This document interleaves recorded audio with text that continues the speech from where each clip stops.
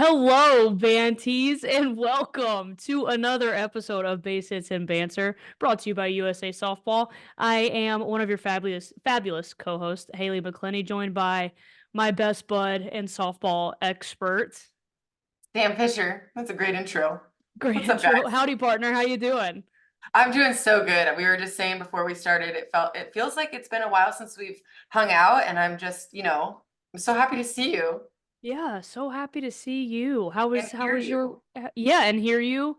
And I have my normal voice back. The demon left my body. We no Yeah. longer are experiencing anything sinus related or vocal cord related. I feel like I sound relatively normal. Same for me. So all is well over here in this household.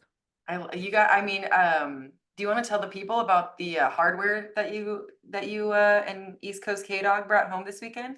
This weekend was a big weekend for East Coast K Dog. My lovely fiance Kylie Hansen was inducted into the Palm Beach County Sports Hall of Fame down in Florida Oh, on Sunday. We had a bunch of family that was in town, and it was awesome. And I wanted to show off her plaque for our people please. on the YouTube. Look at that. So it's official. They also Oh, gave her a very nice signed jersey, or signed jersey. They also gave her a very nice jersey. Last name 24 on the back, Hall of so Fame, like cool. total baseball, like old school jersey. It was just amazing. So I only cried like 10 times It's good during for you. her speech and during the induction. But I mean, Palm Beach County, for those of you that don't know, Palm Beach County in Florida is like the hub for professional athletes. Like I can't even name all of the NFL players, Major League Baseball players that have like Wow. grown up in and around that area. And so for Kylie to be honored and just for winning the national championship at Florida State and doing everything that she did at FAU, it was just awesome. So very big weekend for the East Coast K Dog. Very, very proud of her. Um, and she's probably going to listen to this when we decide to go on a run I randomly. love So that. I shout out love to East you, Coast K Kylie. Dog. Yeah. Big shout out. And then And she went on from there and carved some people up at the pro level. So she's just like, she just did yeah, it.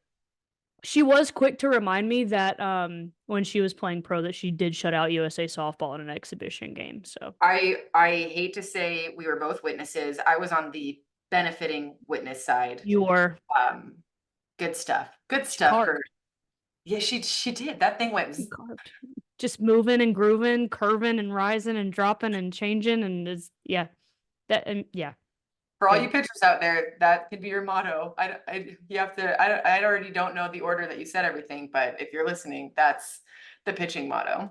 That is the pitching motto. Curving and changing Moving and and grooving and dropping and curving and grooving. rising and changing and dropping and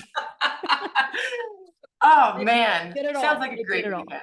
No, it was great. It was great. And we did end up getting to watch some softball over the weekend as well. We did have some family in town.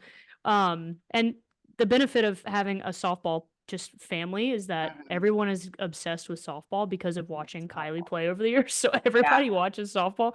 So we Oh, were able to watch. And obviously being Florida State fans, we follow the ACC pretty closely. And mhm. I think the biggest thing for me this weekend was Virginia taking 2 of 3 Yeah. from the Clemson Tigers, who also dropped a Yes. midweek to South Carolina earlier in the week. So a little bit of a tough stretch there for Clemson. But kudos to Virginia. First Yeah. time ever beating Clemson. Such a big deal. That's And amazing. then they beat them twice. Not once, but twice. If it's so fun to do it once, you might as well just do it again. And Yeah, they did. that's what they say. That's what Yeah, they said. I don't think that Clemson was expecting that to happen. I hope Virginia was expecting it to happen. You know what I mean? Where you go in as maybe the underdog, you're like, we'll just win. We'll just win a few. Why not? But still an upset, man, a double upset. Shoot. I love that. And there's Yeah, we saw it last week too with Ole Miss taking 2 from LSU, LSU yeah, dropping another series this weekend to Missouri. I mean, yeah, like people uh, I think as we get like into the nitty-gritty of conference play, the yeah, underdog and the favorites we think in our minds are so separate. It's like, oh, yeah. Clemson's for sure going to sweep Virginia. Oh, Right. LSU's got this in the bag. Missouri didn't Yeah, look that great against Tennessee. Like got it in the bag. yeah, But you get out there and you play these games, and I think these underdogs are just like, we have nothing to lose. No one's giving us any credit anyway. We might yeah. as well just go balls to the wall and Totally. give it our best shot. And look what happens, Do like when it. you actually show up and play the game.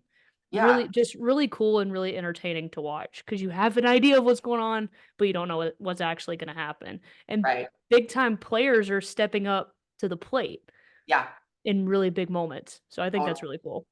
Yeah, you love to see it. And speaking from the underdog, you're right. Like nobody's looking at you. Nobody is No, looking at you. Everybody's looking at the other dugout, whoever else you're playing when you're playing somebody that's supposed to beat you. So you're like, exactly. okay, I'm gonna just do my business and then pull a couple out. But LSU, man, I feel like there's a LSU pattern, like they have had very strong years that you thought Mhm. they are going to take home the hardware. And then Absolutely. something shifts. I like what you said about the nitty gritty. You're at the point in your season where, okay, you've played a lot of games, you traveled, you're settling into conference, and it's hard. You'll understand the transition I'm about to make. It's hard to beat a team thrice, right? It's hard to beat a team So hard. 3 times. So But hard. when you lose 2 out of the 3 of the ones that you're supposed to win, that's where you wonder, like, are these girls tired? Is there something mentally going on? Are they being coached? Are they being overcoached, undercoached? Like, what's going on? And I think there's different answers for every team and every player, I imagine. For sure. But that leads me into Washington They did doing it again. it again. Again. They are having a Win the heart first 2, crush it, and then drop the 3rd one. This 3rd one to UCLA was 6-0. UCLA won yeah, that last game 6-0, like, handedly. pretty handedly. And Like, UCLA is obviously gonna be talented, like, that's yes, probably the we feel toughest like. pack team that they've played. It's UCLA, right? Mhm. But it's just so interesting and strange, like, what is it about that 3rd game? And does Washington even know? Like, do I they don't even know that either. it's a pattern? I would imagine that Heather Tarr knows because she's Heather Right. Tarr, and she's one of the Yes. best coaches in softball. But as a player, I always felt like and it's true, right? The coaches know so much more than you do, and they think so much Yeah. more in depth than you do as a player. Yeah. And I don't know Yeah. if that's just me, like, I play better when I'm oblivious to certain things. I'm just like, "Okay, let me get in the box. It's a 2-0 Yeah. count. I might as well just take a hack and try to see if I get lucky." Like, Yeah. awesome. Like less is more in that sense. But you have to wonder what is it? What is it with LSU? What is it with Washington not being able Right. to win the 3rd game? Is it tightness? Is it like is something I going don't on in the locker room? All speculation. We absolutely have no idea. We're just But supporters. yeah, we're just curious because Yeah, there are a lot of things that go on behind the scenes that no one sees. People totally. only see the result on the stat sheet or the result when they're checking their app in So the true. morning. It's like, "Oh, what were the scores from last night? I didn't even watch the game." Like, like So you don't true. know. But Yeah. it's so interesting and it is so hard to be able to beat somebody, especially in your conference, Yeah. 3 times. Yeah. And Washington's third losses have been shutouts. They haven't scored. They haven't scored. And you think, those cheesy things that you always say where you're like, oh, they scored all their runs in the first day, where you're like, wait, is that happening? It actually might be happening. They're Or using, there could be a bat curse on Sunday. it could be, yeah, they don't I don't wake know. up on But the final day. But yeah, it just and interesting patterns starting to form. very interesting patterns. And LSU is Yeah. 5-4 in SEC play. Not Like expecting if you would have told me that at the beginning of the year, especially with how their conference schedule started, I would have Yeah. been like, "I'm sorry, huh? Like, Yeah, you're lying. what? You're a liar." But Yeah. Tennessee is the only team now with an undefeated SEC record. So, That's after sweeping South Carolina. we things are I love reading these stories. We don't know how they're gonna end. I do Unbelievable. have a shout out. Amanda Chittister and the Wolverines over at Michigan swept this weekend, which I know is like, sweeping is hard, but that's Amanda Chittister's first sweep as a coach. Congrats, Chitty. I That's know. freaking amazing. Yeah, so we're very happy for her. Go blue. Go Blue. We're big Blue fans and Big Chitty Yeah, we fans. are. I had to give that shout out. It's a big coaching monument, Big shout Monument, out is to that the Chitty. right Mon word? a monumental achievement. Yeah, let's go with that. Gee, I We'll got go all with these that. books back here. I should learn how to talk. So speaking of talking, I feel like I need some balance in my life. Halo, you wanna Balance is important. Should we maybe transition into our Banty balance yes, discussion of the week? Yes, I'm really excited about this one. We've got speaking on last week we talked about, being a lady, but also now focusing on that part, but strategies for self-care and Mm, healing. mm. You want to hit me with some of your go-to things that you do, or like how you arrived at places of self-care? What has led you to what you do now in that department? Yeah, I mean, I think we talk about this a lot in like the self-care and mental health space, and it kind of feels at sometimes it can be just like a logo slap of like a take care of yourself, take care of your mental health, but it's like what do I actually do to do that? Mhm. And so I think you have to be able to experiment with different things and kind of figure out what works for you. Yeah. I know for me, especially when we were going to the Olympics and in playing pro, and even as, we've kind of both transitioned into working full time as Mhm. well on top of our softball training. And it's like I've gotta find pockets of like silence and space where I'm not thinking about anything. Yeah. And so for me, being able to I write out my entire day at the Love. beginning of the day. It's where I time block everything. So, like, from 9 to 10, this is what I'm doing, 10 to 11, 11 to 12. Everything's written out. And if I notice that I have pockets, I'm like, "Okay, I'm gonna sit in." I have a little blue chair in my living room. I'm gonna sit in this chair, and I'm gonna either journal, I'm going to read, I'm going to just take a 10 to 15-minute little break Mm. of just silence, solitude, getting my thoughts together, collecting my thoughts, Yeah. and it's been a game changer for me to be able to be present and transition from one thing to the other. And I think it's really helpful for student athletes too, because you got to bounce back and forth between school, your social life, and your practices and your lessons and your camps and your clinics and you're driving everywhere and all of that stuff. And to be able to Yeah. just take a step back, like be able to breathe a little bit, maybe brain dump into a journal, that's Yeah. really, really helped me. And it's helped keep me present with every single obligation that I have. Because the last thing that I want to do is go through a busy, busy day distracted and feeling like Oh, I was only at the surface level of my day. Like, if what everything that I do, I wanna be deep into it. Does that make yeah. sense? Like, I just don't That's wanna float amazing. above it and get through it. I wanna be Yes. learning, growing, getting better in every single part of my day. Yes. Oh, that was amazing. You're the distracted part. That's, I think, such a key point of what you said. You're like, I don't want to go through my stuff distracted. Like, I want to be present. Mm, I want to give my all and just be authentic too. Because when you can tell when someone's distracted, you can tell when you're like not all there or somewhere else. And that was such a good point. I love that. totes, totes. That's my thing. I just I wanna get the maximum thing out of everything that I try to do, but you gotta create silence and space and a little bit Oh of solitude to be able to do that, in yeah. the self-care realm. But yeah, what about you? What are some of the ways that you incorporate self-care and mental health kinda into your routine? Yeah. Because 'Cause you're a I busy, busy gal. she be moving. She be moving and My grooving and goodness. curving and rising and dropping, Exactly. So among all the moving and grooving, um, I love what you said. I think that something like you said, like putting just like a stamp or a sticker where it's like self-care.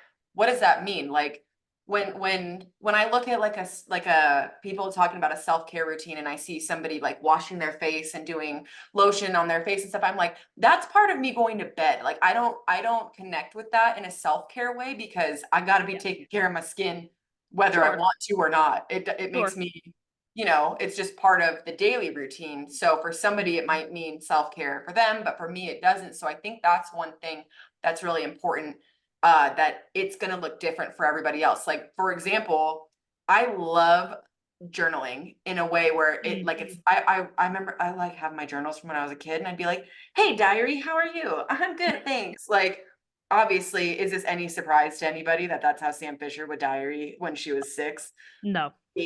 I'm just kidding. Um, 16. Dear diary. what's up, girl?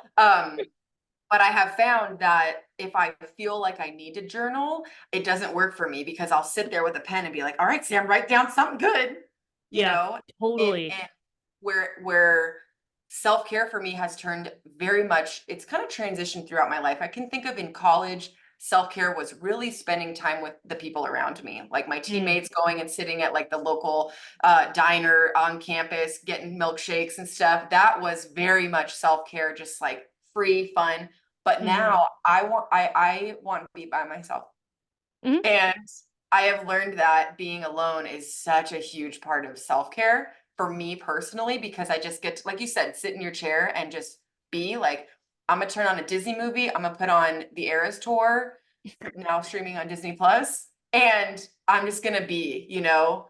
I also love the sunshine. I think that that's really important for me, like getting out and Yes. going on a walk and listening to the Eras Tour. Yes. I'm just kidding. Yes. No, 100%. But that's another, that's, I obviously joke a little bit about old T Swift, but music is huge for me to Mm, connect with myself. I have a very personal relationship with music, and getting in the car and blasting some tunes that I need that day, or walking and listening to music, like it develops depending on where I'm at and what I'm feeling. Like if I'm angry, you better believe I'm putting some Slim Shady on, and I'm gonna be walking and just like just vibing. angrily bobbing my head. But if I'm feeling melancholy or maybe a little bit just like sad for some reason because the sky is sad, like I'm gonna put on some folklore and I'm gonna be like, yeah, girl, I feel you. That's the best Taylor Swift album. Yeah, I'm just gonna throw it out that there. Halo is a folklore girly for I those of am you listening. Yes, I'm not a Swiftie. I'm a folklore but she's a girly. folklore girl. And there is a difference in that. But I love what you're saying, because it's like, find stuff that matches your mood, that Yeah, also like will uplift you in a way. totally. You know what I'm like, and you've Yeah. got to be able to experiment with that. Like, Mhm. sit down and think about like what actually makes you happy, and don't Yeah, just like don't sit in the negative stuff that you're feeling. Get yeah, outside, take the dog for a walk, like yeah, train your dog to play fetch with you, or yeah, like there are so many different things that you can do just yeah, to make sure that you're taking care of yourself and putting yourself in a good headspace.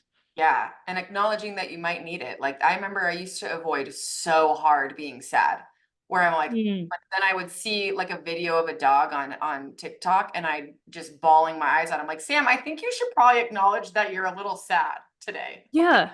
It's Like, that's okay. okay. Just cry it out. Yeah, but, well, awareness is a huge Yeah, part of a part of that, right? Like, yeah, you can't incorporate self-care if you won't acknowledge that you need it, and 100%. we all need it. Like, you need to be aware of it, you need to acknowledge it, and then you need to take, action steps to be able to move Yeah, yourself in the right direction, and just kinda keep everything, you don't wanna get too high, you don't wanna get too low, just keep everything right in the middle, and some yeah, fluctuation is normal, and that's fine, but, yeah. like, just experiment, figure it out, Dig that. and get after it. Go get it. Go get it. Oh, Go get your care that of was self. amazing. I can't wait to sit and do some self-care later. I personally can't either. Another big self-care for both of us that we didn't mention, Oh my God. and I know it's a priority in both of our lives. Naps. I was gonna say Coca-Cola. Coke is also very important. Coca-Cola, the soda. Okay. Coke Yes, and naps. Coca naps. Coke and You're, naps. my God, the first week that I started working a full-time job, I'm like, when do the people take their naps? From like 7:30 a.m. to 8:30 a.m. Yeah, I'm like, this is so sad. But yes, napping, are you kidding me? Like, I will go, I'll set an alarm for 9 minutes and sit on the couch and be like, all right, and then wake up feeling like a new person. It's important. That's you. Good one, It's like Halo. it's like resetting your TV, or turning your TV off and on just for like 5 minutes, and then it magically works perfectly again.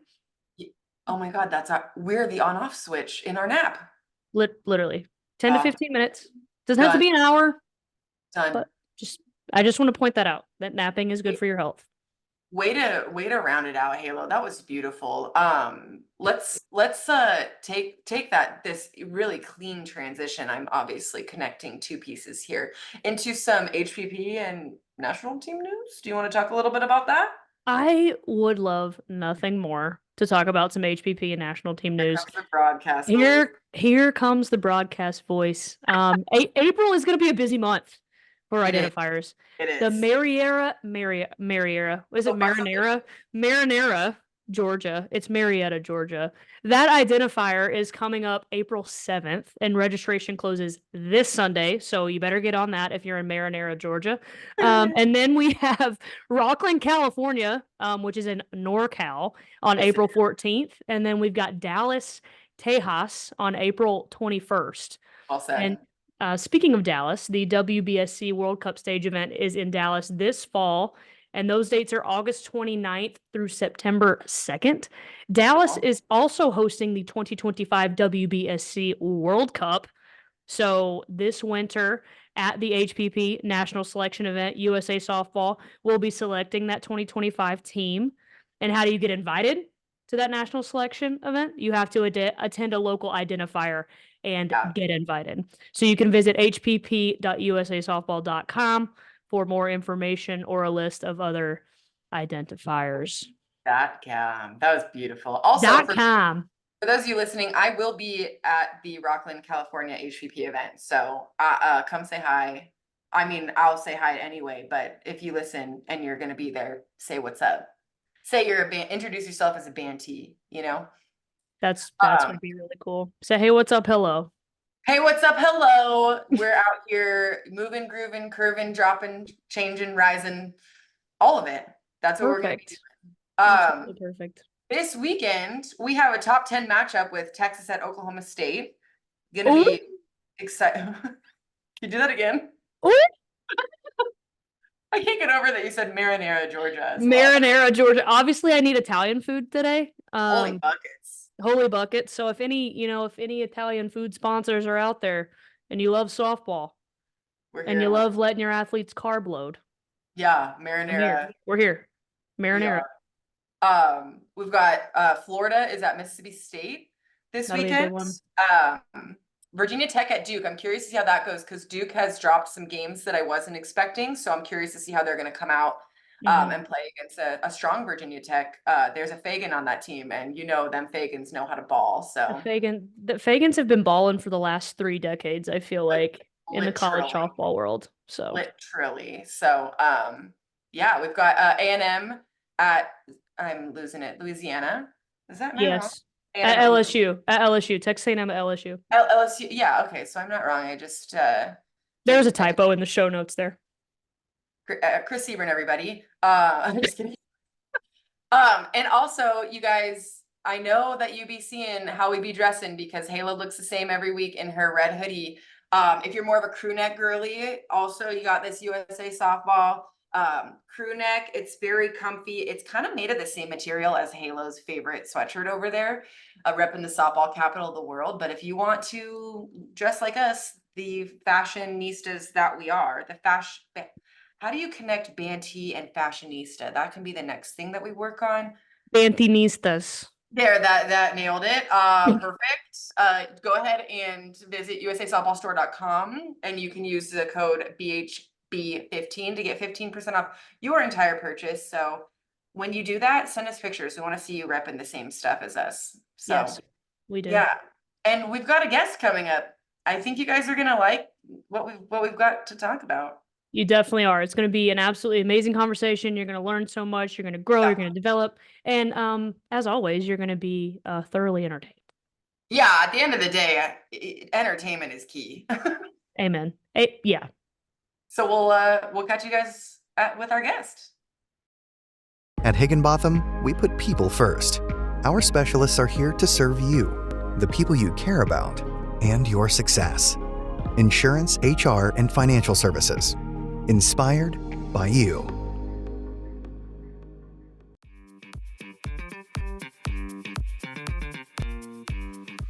Everybody, thank you for tuning in. We've got a great guest for you to give you some insight more in the USA softball world beyond the field. We have with us Dave Devine. Thank you for joining us. Thank you, Sam. Thank you, Haley. We want to give everybody a little bio of who you are, what you do in the organization. You are currently serving as the USA Softball President through 2025. You are the commissioner in DFW, and you've been on the men's selection committee since 2017, and as well as the board of directors for USA Softball. So seems like a lot of different areas, all revolving around USA softball. Can you tell us a little bit about what each role is and what you do within it? Yeah, so I'm going to start kind of giving my history, Love. how I got involved with USA softball, if you don't mind. Please. So I was hired to be a JO commissioner, or volunteered to be a JO commissioner, which is Junior Olympic Commissioner. And then I just matured into a commissioner. The other guy retired. So I became commissioner of USA softball in Dallas and Fort Worth. And at one point, it was two different associations: the Dallas Association and Fort Worth Association. That was combined when I became commissioner. So as a commissioner, we are in charge of making sure that everything is done correctly in USA softball. And we got a big push right now as far as the safe sport goes, and the background checks, all the fun things to go along with it. But the safety of the kids are probably my highest priority in Dallas Fort Worth, and making sure that we're running softball correctly. There's lots of people right now. There's lots of I call them garage tournament companies where it's not hard to develop a tournament. You got a ball and get some umpires and charge a big league, and you're playing softball. But we try to do things on a professional level. Having only softball umpires out there. There's some people that use baseball umpires as. I'm sure you guys experienced that as you growing up. You think, well, how come we're not getting softball umpires out here? So a little different. Yeah, right. And then I was on the board of directors, and I think I served with you for a meeting, right, Sam? Yes. Were we sitting next to each other?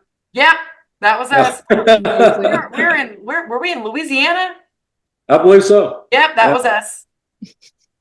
So then the council very generously put me on as president of USA Softball. And, I had to campaign to be president of USA Softball, and made a lot of promises that I have to fulfill. Yeah. That's amazing. I'd love to hear more just about what are some of your goals for USA Softball, like in your first and second year of this presidency, and kind of just taking USA Softball at the helm. I'd love to let the Bantees know what to expect. Yeah. Well, definitely there has been a lot of movement within softball, and USA softball on a whole is healthy. The associations out there, at one point we were a lot stronger, and that's one of my main focuses, is make sure the associations are strong out there.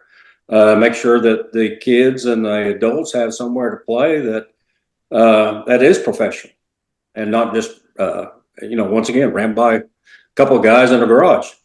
So USA softball is the national governing body of softball, and we have a high bar we have to get over to run events. We got to make sure everything's correct.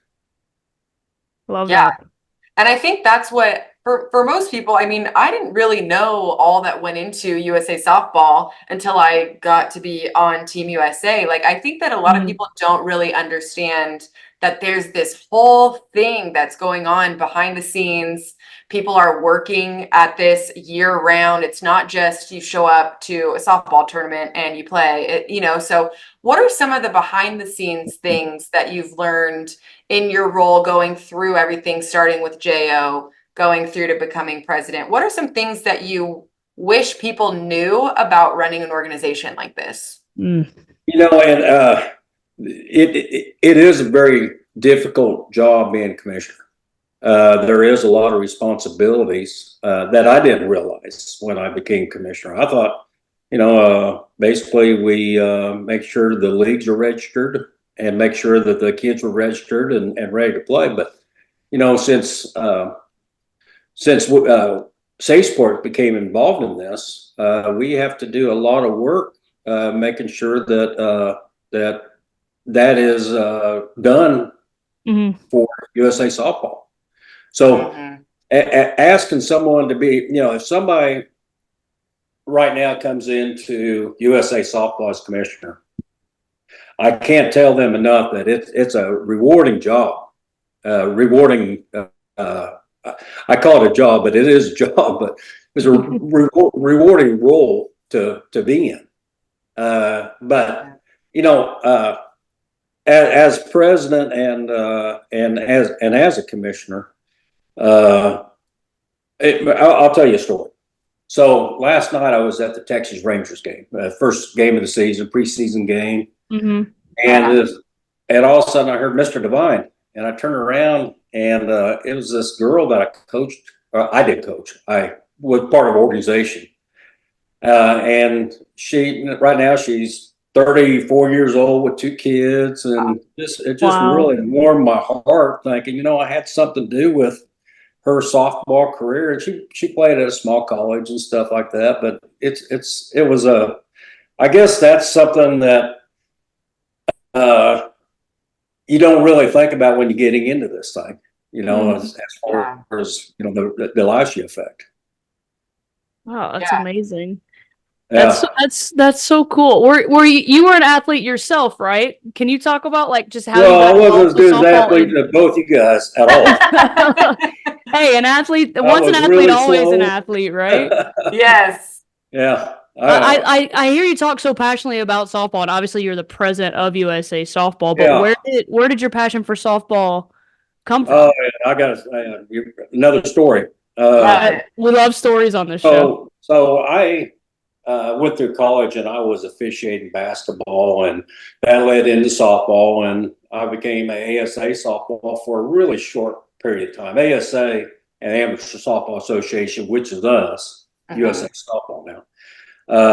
That was my first taste of ASA softball, and I was doing a slow pitch game, and the adults out there and stuff, and I was a kid. I was under 30, and they were just giving me all I could handle because I really didn't know the rules that good.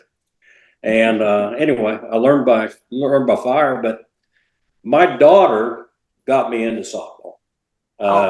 She's now a mother. I got grandkids from her, and she, for me, it was such a release going to these parks. I just felt like it was just wide open, and it wasn't the city. I just felt really free out there. I guess I don't know if that's the word for it, but hey, we get it. We get it. Yeah, we do. That's why we're still doing it. Yeah. Well, here's my story on that. Is I was one of those parents.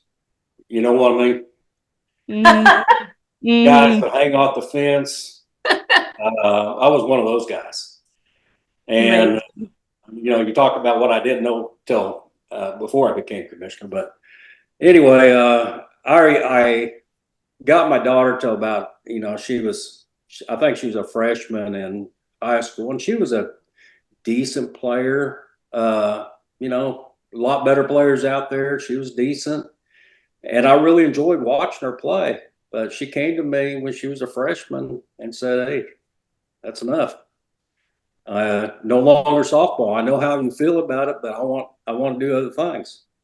And I didn't know how to respond really, but I told her I wasn't finished. I still wanted to be part of it. So I did this without my daughter being in the sport, and I just kept hanging around. After a while, they just said, "Well, let's give them something to do, I guess." So eventually they made me president of USA Softball. I love that. You're like, well, okay, you can be done. I'm not going to be done. I'm just going to ride this out. I love what you said about being that parent and, seeing what you've gone through and learned and had a kid in it and everything. I would love to know just some perspective of being that parent and then looking back on being that parent. Oh, yeah. So I was a parent that actually got kicked out of a game because, and I wasn't even coaching. I was outside the fence. I was helping the umpire call balls and strikes. And of course, I was really into it. And uh, I talk to parents now about that situation, and you just have to really take a back seat to this thing and really enjoy the moment, because you never know what's going in for you. Like I almost pushed my daughter out of softball because of that. I didn't help her stay into softball, because I was so much over the top. Wow. Wow. Yeah. So is there any advice that you would give to parents? I mean, you deal with, you come from the JO, you do all of these different youth programs, the national championships, all that stuff.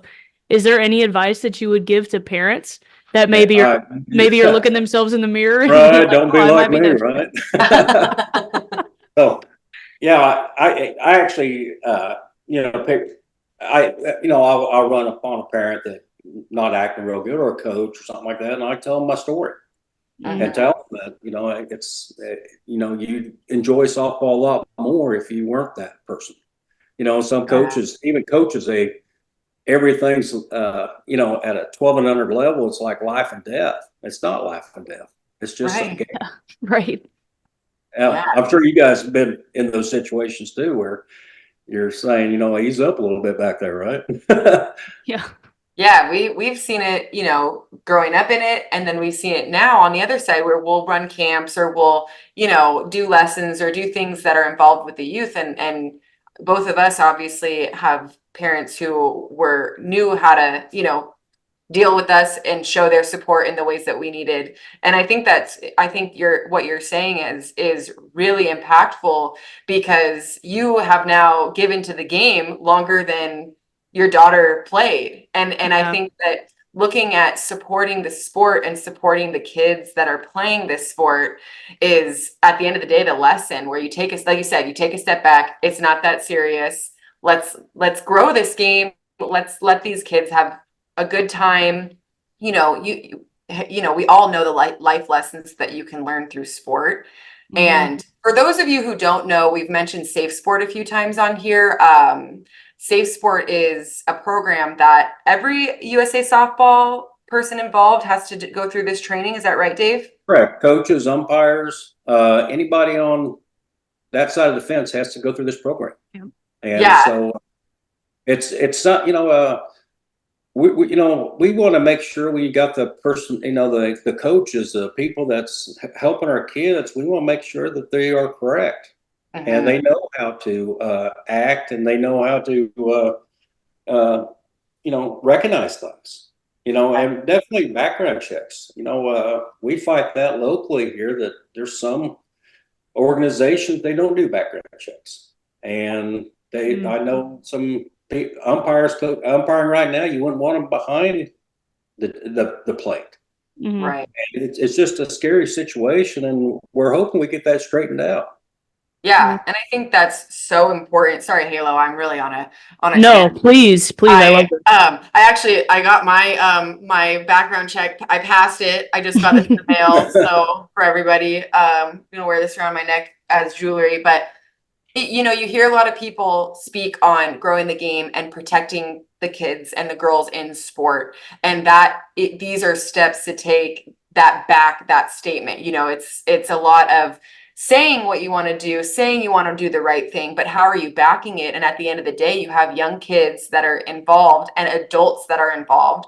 So making sure everybody knows what they're doing, who they're doing it with, and taking the right steps to make sure that hopefully you never have to deal with a situation or anything. So that, I think, is really responsible, coming from, we were girls growing up in the sport constantly, around different people, around different tournaments, umpires, like you said, things you don't think about. That's what I love that you're on, telling parents, telling players, this is what goes on to make sure that you have a great experience playing USA softball. Yeah, exactly. And, I guess that's my biggest role right now, is to make sure that the game's safe for the kids. But, of course, we have a lot of different disciplines in softball. We got slow pitch, we got Yes. a lot of just a lot of different types of slow pitch. Fast pitch. And, I'm on the men's selection committee. And I'm pretty sure you, I don't know, maybe you guys had some coaches pitching coaches or something like that came from the men's fast pitch side. It's Yeah. Oh amazing yeah. watching them pitch. Oh, it's Oh unbelievable. man, Oh my gosh. They could it's tell you, unreal. like, yeah, they'll be like, hey, I'm going to throw you a backdoor curveball, and your knees still buckle because you think it's going to hit you, and it curves in and it's a strike. Yeah, Yeah. it's amazing, the strength of that game and the speed of it. Mhm. You know, it really, so back, where were we at, 85 years ago, ASA started. That's the original game was fast pitch softball. It Mm-hmm. wasn't slow pitch. I Yeah. always thought it was slow pitch when we started. You know, they talked about a boxing mitt they rolled up, and that was the ball. I love And that. I thought, well, they played slow pitch, but it was actually a fast pitch game. That's Amazing. awesome. I love knowing that. That's yeah. What a fun fact. It's so cool. Like 1933. Think about that. How long ago that was. Unbelievable. that's amazing. Yeah. And I don't know that so many, especially young girls that are just starting to play now. I know we were having this conversation with, I think it was Kyla Hollis, who works a lot with our junior national teams. And she was saying how a lot of these younger athletes are coming up and they don't understand or know the history of the sport or the women or men that have played it. And I think that's the point that you're making is like, it's such a cool message to be able to get out to folks of like, oh, you're seeing our games on ESPN or you're watching us in the Olympics and all of that. But the history of our sport is also really exciting. And there are incredible athletes that play it both on the men's and the women's side. Mhm. Yeah, it's an exciting game both sides. And matter of fact, I wasn't exposed to the men's game till I became involved with USA softball, and it was such an eye opener. And I really encourage anybody that's doing slow pitch that maybe just got out of high school or something like that really used to play baseball. They would really enjoy the fast pitch game because of the speed. Yeah. I know personally the lowest low I've ever had in my softball playing career is when I've had friends be like, Sam, you play softball, come out and play slow pitch with us for a weekend tournament. And I struck out and I'm like, I will never say yes again because they'll be like, you're a pro. That's a thing. It's so hard. It's a thing. Oh Yeah. man, Yeah, I'd have a hard time hitting it for sure. it's so hard. Yeah. And they're senior softball, 50, 60, 70, 80, 90 years Yeah. old out there playing. Yeah. It's amazing. amazing watching those guys. And they're a lot better athletes than I am. They're still after it out there. It's amazing watching them. That's gonna be me and Sam when we retire from fast pitch. We're just gonna be out there until we're 90. Is that part of your plans, Dave, to get more adults kind of re-engaged back into softball? Really, yes. As we all, softball back in my time, I came from a real small town and we had one team, right? A town Mhm. team, and we'd play other towns, and that was our thing. Mhm. And that kind of gets lost unless you're on a really high level and stuff, and playing, for keeps every weekend. You don't really see the town teams playing each other. One town against the other town, or you don't see it like it's for keeps anymore. It's just this was just a activity we used to do, and we look forward to it. And I think that's one thing that softball has to come back at for the adults is just get out there and play, just get some exercise. Because it don't have to be for keeps. You don't have to win every game, right? Yeah, absolutely. Not when you're that age. When you're still playing like me and Sam, yes, but Right. not. Yeah. You're expected to win. Exactly right. I And was never expected to win, so I'm good. it makes sense when you're like, for me in Halo, it makes sense when you're mad if you lose, but when you're out there, playing for fun and playing for slow pitch and you're really, really mad when you lose, you're like, okay, this is for fun. This is like for fun. But I love that your goal, like a goal of yours, is to get people. I remember growing up, going to my dad's slow pitch games and going out and watching every Wednesday night or whatever it was, and just being at the ball field. And those are things where you're outside, you're having fun. It could be a family event, you know, that some of your lifelong friends, like I know Halo and I are going to be friends till we're 90. Some of my sure. dad's friends are from those slow pitch teams, you know, throughout those years. And I think it forms, like you're saying, a great deal of community. Oh, yeah, absolutely. It does. And, you know, I think that sometimes leagues and tournaments or whatever, they try to gear it towards where it is, you know, it's more of a, you know, win or you fail type situation. And it should be more just of a, you know, if we hit a few, if we catch a few and just get some exercise, that's kind of all we, you know, that's all we really need. Yeah. So, you know, there's got to be, I just think that's where we're missing out on a lot of adults right now is that, and it would help them, you know, with the exercise. Yeah. So, you know, I wish there was leagues out there that could get that message out there that, you know, it's just for fun. Yeah. Yeah. I love that. Not at your level. Your level is a lot more serious than that.